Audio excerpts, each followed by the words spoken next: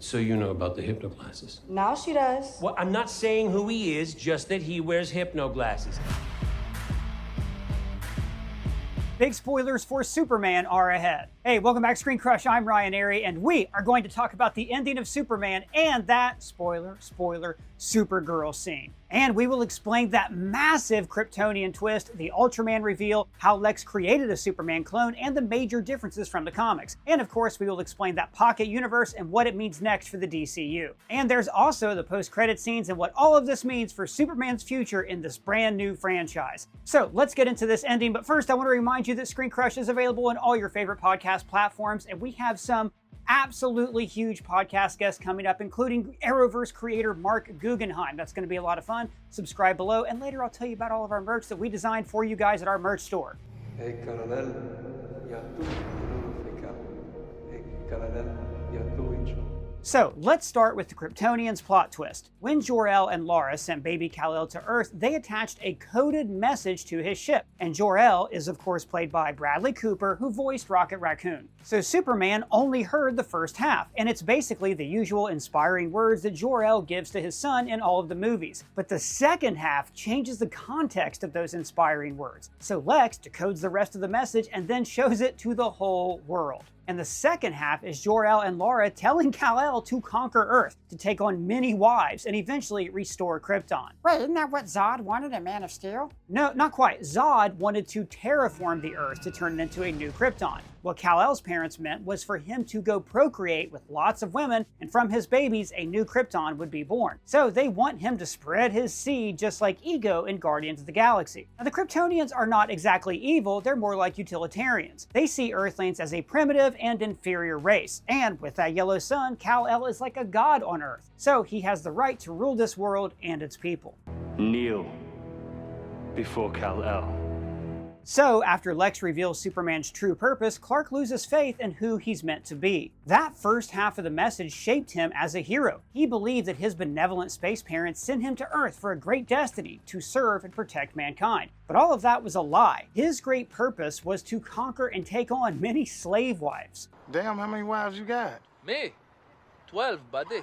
His parents want him to betray his very nature and how he was raised by Ma and Pa Kent. So this is a major departure from what we usually get with Superman's biological parents. You know, usually Jor-El and Lara are the only two good Kryptonians. The rest are blind, entitled fools. And then there's Zod and the evil world-conquering baddies. In the comics, the depiction of the Kryptonians always changes based on writers and how many different retcons we're talking about. DC Comics loves their retcons. But the movie's version of Jor-El reminded me a lot of how he was depicted in Smallville. Now, if you never watched the show, in the early seasons, Jor-El wants his son to conquer Earth and rule it, because this is the only way to stop humanity from falling into the same decadence that destroyed Krypton. They are a flawed race, rule them with strength, my son. That is where your greatness lies. I think I was sent here to conquer. Anyways, the important part of all of this is that when Lex exposes Jor-El's message, the world turns on Superman. And this is straight out of the great Mark Waid comic, Superman Birthright. Like in the movie, Lex uncovers some new Kryptonian knowledge, and then he weaponizes it by fabricating a Kryptonian invasion. However, this change from the comics is actually brilliant when you think about it. In all the previous movies, Clark always becomes Superman after the hero speech from the recording of Jor-El. They can be a great people, Kal-El. They wish to be. They only lack the light to show the way. In time, you will help them accomplish wonders. And this always undermines the Kents, because it's as if Clark finally understands who he is supposed to be because of a hologram of his dead dad. Piss off, Ghost! But this change only reinforces Superman's humanity and pure kindness. He's not special because of where he comes from or because of his powers. He is extraordinary because he's a kind-hearted, loving person. He is an alien immigrant who was adopted by two good people. Ma and Pa Kent raised Clark to believe in basic human kindness. They shaped him into the hero, into Superman, and not some message from his dead biological parents. And unlike most Superman movies, it's Jonathan who gives Clark the hero speech that reminds him of who he truly is. Your choices, your actions, that's what makes you who you are. is that it's not about where you came from, but it's who you grow up to be. And it's his love for humanity, specifically Lois, that helps him find his place in the world. And that's my greatest strength. Hey, person? Yeah, buddy? I just want to do a little manager check-in. Are you feeling better? Yeah, man, thanks for asking. My anxiety level is a lot lower and my facial tics are getting under control. You guys have probably noticed, like when I get stressed or when I'm anxious, when we're super busy here at the channel, I have these facial tics. Sometimes I blink like one side of my face or I clench my jaw in weird ways. This kind of thing sounds harmless, but this sort of oral fixation habit is actually really destructive. It causes tooth damage, headaches, and also it just looks kind of weird on YouTube videos. So instead, I replaced my facial tics with Fume, the sponsor of this video. And I'm sure you guys have your own bad habits that you would like to quit, especially in social situations where, like me, you feel anxious or you just get bored. For me, Fume has been a game changer. Now, Fume does not use smoke or vapor, just natural flavored air that gives you something to reach for without the chemicals. Studies have shown that quitting a habit cold turkey is actually really bad for you. So I liked having something to reach for when I feel the urge. It's an alternative to harmful habits. Fume is an award-winning flavored air device that does not use combustion, and it's not even electronic. You can use it anywhere. No smoke, no vapor, no chemicals, just natural flavored air. See, it has these plant-based cores that taste great. Now, they have lots of flavors, but they introduced one of my new favorites, mango. It's bolder than past flavors that I've tried, and I recommend it if you want to switch things up. These are all non-toxic flavors and a guilt-free alternative with natural ingredients. But also, you guys know I love the magnetic, fidget-friendly design that makes this incredibly satisfying sound. Guys, more than 500,000 people have already added Fume to their daily routine, and I totally get why. It is simple, satisfying, and doesn't come with any of the downside of your old bad habits. So right now, if you order the Journey Pack using my code ScreenCrush, you will get a free Fume topper. It's this little rubber piece at the end so you can chew on it. It's great for oral fixation anxiety. So if you've been thinking about changing your habits, this is the perfect first step. Go to tryfume.com/ScreenCrush or scan the QR code on screen right now to grab yours today. Now, back to what I was saying. So, Superman regains humanity's trust after saving the world from Lex's unstable pocket universe and Ultraman. And of course, Ultraman is revealed to be a clone of Superman. So, after all the theories, Ultraman isn't an evil Superman from another universe. He's not Parasite, and he's not Henry Cavill under that mask. It's not even Bizarro. Maybe. He is a mindless clone fully controlled by Lex. Clone? Someone has cloned Superman, made an exact genetic copy. So how did Lex clone Superman? Well, we don't see the cloning process, but Lex explains that he created Ultraman from a strand of Superman's hair. And also, he's revealed to be the Hammer of Baravia, and this is how the hammer kicked Superman's ass in the first fight. And all of this is part of Lex's plan to discredit Superman. But why does Lex hate Superman so much? Well, Lex believes himself to be the smartest and most capable human on Earth. But Superman undermines that belief. Humans are obsessed with Superman. Lex even says, A thing with a cocky grin and a stupid outfit that's somehow become the focal point of the entire world's conversation. So from his point of view, Superman's existence creates stagnation for humanity's advancements. There's danger in humanity becoming dependent on this intervening god. So Lex sees himself as Prometheus, a man who defies this alien god. By discrediting and eliminating Superman, he is bringing fire back to the human race. Because without Superman, humans will have to once again reach for the stars without the dependency on their caped god. And this is the same reason why he hates other metahumans like the Justice Gang. So his plan was to start a war in Baravia, discredit Superman, and then throw Superman into his prison realm. And there, he forced Metamorpho to create kryptonite to kill Superman. Wait, how'd that guy create kryptonite? So Metamorpho can transmute his body into any element, so he can create kryptonite and later even the power of a yellow sun. The power of the sun in the palm of my hand. Now, we need to address the changes that Gunn made to Ultraman, because in the comics, Ultraman is very different. He's actually a variant of Kal-El from a different universe called Earth 3. Oh no, person, don't tell me we're doing the multiverse again. No, don't worry about that. Ultraman was sent to conquer Earth by his parents, and this might have inspired the movie's version of Jor-El. Now, eventually, he forms an evil Justice League called the Crime Syndicate, and they take over the world. And at some point, they fight the Justice League in the main DC universe. Anyways, other than the name, the DCU's Ultraman has nothing to do with his comic book counterpart. But in the comics, there are multiple Superman clones. The one everybody knows is Bizarro. He is a clone created by Lex Luthor. Sometimes he's a mindless slave who obeys Luthor, like Ultraman in the movie. But he is an imperfect clone, so over time, he deteriorates into this pale-skinned monster. What am me? Bizarro, that's what you am. And he is Superman's opposite, his inverse version, a fractured mirror image, you know, the bizarre version of Superman. Now, I'm actually surprised that Gunn didn't outright just turn Ultraman into Bizarro. I mean, a defective clone with a tragic story. That's right up James Gunn's alley. What going on? Me am Superman? In some versions, Bizarro even creates Bizarro World, a planet filled with weirdos just like him. I mean, this writes itself. Up is down, down is up. He says hello when he leaves, goodbye when he arrives. Shouldn't he say bad bye? But there's another important Superman clone, and that is Superboy. He is a genetically engineered clone of Superman to replace Superman after he was killed by Doomsday. But after a retcon, like I said, DC loves their retcons, Superboy's new story is that he was created from the DNA of Superman and Lex Luthor, and eventually he takes on the name of Connor Kent. I'm glad. Connor Kent. It seems right.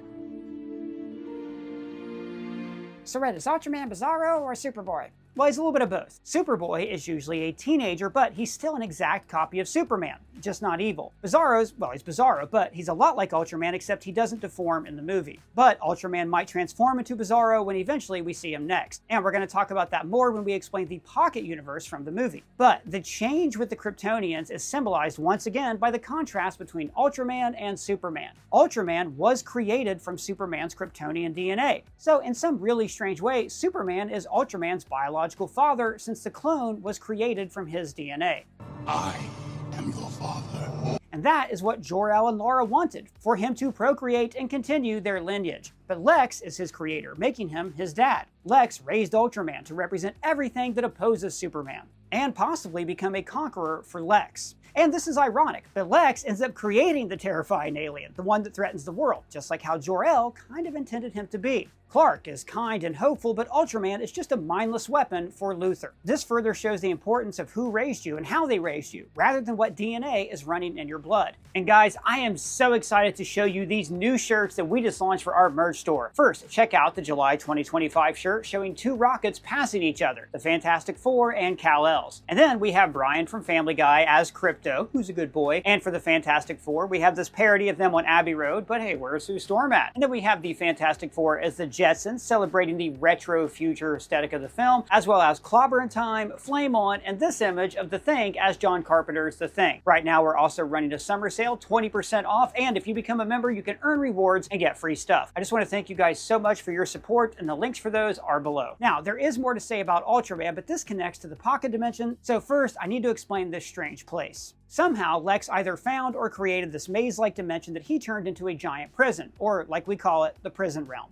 Oh no, is this the multiverse again? Well, it's sort of the multiverse. The prison realm appears to be a buffer zone between the DCU and some other universe on the other side. In the comics, pocket dimensions are basically places inside the universe that are hidden in the folds of space-time. The Phantom Zone, for example, is a pocket dimension, an inescapable, self-contained prison dimension that exists parallel to the main universe. Basically, think of it like the Tesseract reality from Interstellar. Now, the movie doesn't reveal if Lex actually created the prison realm or if he invented the tech that allows him to open a portal into this dimension. My guess is the latter, and James Gunn even confirmed that the pocket dimension in the movie is connected to the quantum unfolding chamber tech from Peacemaker. In Season 1, Peacemaker's racist dad somehow has the tech that opens up a door into a pocket dimension in his closet. How is it so big in this place? It's a quantum unfolding storage area. It leads to a dimensional nodule outside normal space. And Gunn also confirmed that Peacemaker Season 2 will focus on that QUC tech. And this might explain how Peacemaker will fight an alternate version of himself. And remember, Peacemaker met the DCEU's Justice League. Go f another fish, asshole! I'm so f***ing sick of that rumor. But he's also part of the DCU, and the QUC might explain all of that. Now, we could actually do a huge deep dive into that, so that is a huge video for another day. Now, in this movie, it's unclear if the pocket dimension is the same as that QUC we saw in Peacemaker, but the tech to open portals to these dimensions might be based on the same concept. And it says so much about Lex that he uses the QUC to build his own private prison dimension, just so he can lock Superman away and anyone else he doesn't like. However, it's clearly stated that this pocket dimension is located between two separate universes, and there's a black hole at the center. So let me quickly explain the multiverse in DC Comics, because this connects to what Gunn might be planning for this pocket dimension. So the multiverse in the comics is structured by many different layers. As you can see in this map, all the alternate Earths are located inside an area called the Orrery of Worlds. So the Orrery of Worlds is filled with alternate universes, but in between them there is a buffer zone called the Bleed. It's the in-between space that exists outside of the universe, and it's likely that Lex's pocket dimension is a version of the Bleed. So how did Lex get all that tech? Well, dude, Lex is very smart, so he can definitely create the tech that opens these bridges in space-time. But maybe we don't need to overthink it too much, and this is just the movie's way to establish the world building of the DCU. This is a world where aliens and metahumans and kaiju monsters and space cops with the bowl cut are just the norm. And this is because, as the opening scroll explains, the world has been aware of metahumans for 300 years. So this weird stuff is just part of the daily life in the DCU. And that's why the purple orb thingy in the sky is just another arbitrary threat on a random night in Metropolis. Hey, Norman Bates. That shit's contagious. We need to know. It's not. What is it? It's an interdimensional virus. At the end of the movie, Superman and Mr. Terrific close the tears in Metropolis, but Ultraman falls into the pocket universe just as the door is shut. And this could be how Ultraman becomes Bizarro. Maybe his time inside the pocket dimension will slowly deteriorate him because there's no yellow sun. But then, somehow, he will transform the prison realm into Bizarro World. Explain that. So, in the comics, Bizarro creates his own pocket dimension called Bizarro World, where everything and everyone is the opposite of regular Earth. Also, Bizarro World is a cube version of Earth, and the prison realm is built from these maze-like cubes. And when the reality collapses, everything becomes floating cubes. So I think you see where we're going with this. The prison realm will transform Ultraman into Bizarro, and eventually he will create Bizarro World inside the pocket universe. And Bizarro World will be populated by deformed weirdos just like himself. So maybe the DCU's Bizarro will encounter others in the prison realm, like other beings from other universes who somehow got lost in the place between realities. Alright, so I know you want to hear about Supergirl, and we will explain her cameo and why she's a drunk in a moment. But first, let's talk about the post-credits scene. To be honest, neither of these scenes is a major tease or anything like we got used to in the MCU. The mid-credits scene is a truly heartwarming scene with Superman and Krypto on the moon. The Superdog was a gift to him by Kara for safekeeping, but Krypto is a menace, and we even see that Clark really doesn't like the dog messing his stuff up. Stop, Krypto, leave it. Ow, ow, stop. Ow, stop it. Krypto, ow, ow, stop it, stop. Sit, stay.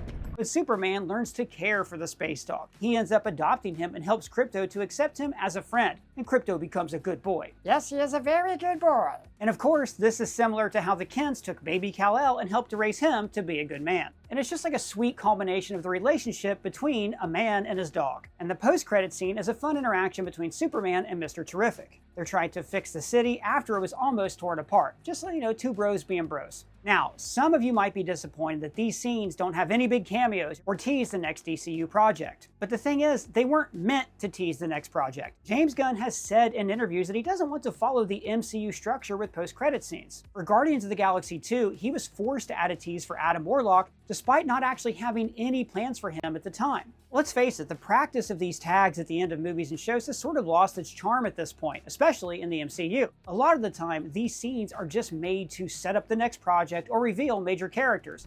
I'm still figuring this place out, but I think a bunch of guys like us should team up. Could do some good. Intriguing. And also, sometimes these scenes undo the ending that you just watched. I'm talking about you, Doctor Strange and your stupid evil eye. So all of this means that the post-credit scenes in the DCU won't be about teasing the next projects. Instead, the credits will serve as a nice epilogue to the movie that we just watched. Anyway, the major reveal in the movie is the Supergirl cameo. So what's up with her? Why has she been drinking? Alright, well let me explain that. In the ending, Supergirl crashes into the Fortress of Solitude, and she just returned from an off-world bender. So in case you don't know, Supergirl's real name is Kara Zor-El, and she is Superman's cousin. And of course, the next DCU movie is Supergirl. Now Kara and Clark already knew each other, so they met before the start of the film. So this is a different take on the Supergirl from what we usually see in movies and shows. But this isn't James Gunn turning her into Gamora or something like that. I've spent years in a haze, trying to forget my past. I was thinking that you drink too much and it probably was going to kill you. I don't plan to stop drinking. Oh. There is a very compelling reason for why she's drunk and why she's kind of depressed. the Supergirl movie will adapt the amazing Woman of Tomorrow story by writer Tom King. One of my favorite comic book series from last year was Tom King's run on Supergirl, Woman of Tomorrow. And so we're going to turn that into a big science fiction epic film. It's basically True Grit in space, and this story also reinvented Kara's origin story. In her traditional origin story, Kara is already a teenager when Krypton is destroyed. However, her ship got stuck in a kryptonite meteor, which made time move slower for her. So, when she arrived on Earth, Clark had already become Superman while she was still a teenager. But in Woman of Tomorrow, this story changes, and this explains why Kara is drunk in the movie. She experienced the death of her people on 3 different occasions. When Krypton was destroyed, some of her people survived in a floating city protected by a force field. But then, kryptonite poisoning killed most of the Kryptonians, including her mother. And then, Kara experiences a 3rd devastation after the city is destroyed by a meteor shower, and with it, the last remnants of Krypton were gone. But she is sent away by her father just before her world ends, like literally. And years later, she is dealing with the immense trauma of all of this. She travels to worlds with red suns because this makes her powerless. And being powerless means that she can get drunk and wash away her grief. Jeez, that is dark and sad, person. Oh, but the story itself is a beautiful coming-of-age story about dealing with traumas in the past. Kara helps a young girl called Ruthie to get revenge for her father's murder. So, since James Gunn confirmed that the Supergirl movie will adapt the Woman of Tomorrow, this explains why Supergirl is drunk in the film. Now, in the timeline of the DCU, Kara probably came to Earth just a short while ago. So she is still dealing with all of that trauma. And our theory is that Kara's tragic past is the reason why she did not tell Clark the truth about Krypton. I mean, she was a teenager when Krypton blows up, so she had to know that Kal-El's parents were a bunch of jerks who see us humans as glorified apes. Sure, the message was corrupted, so she couldn't translate it anyways. But I think she knew the real reason, and for all we know, her dad gave her similar instructions. So how come she didn't tell Clark?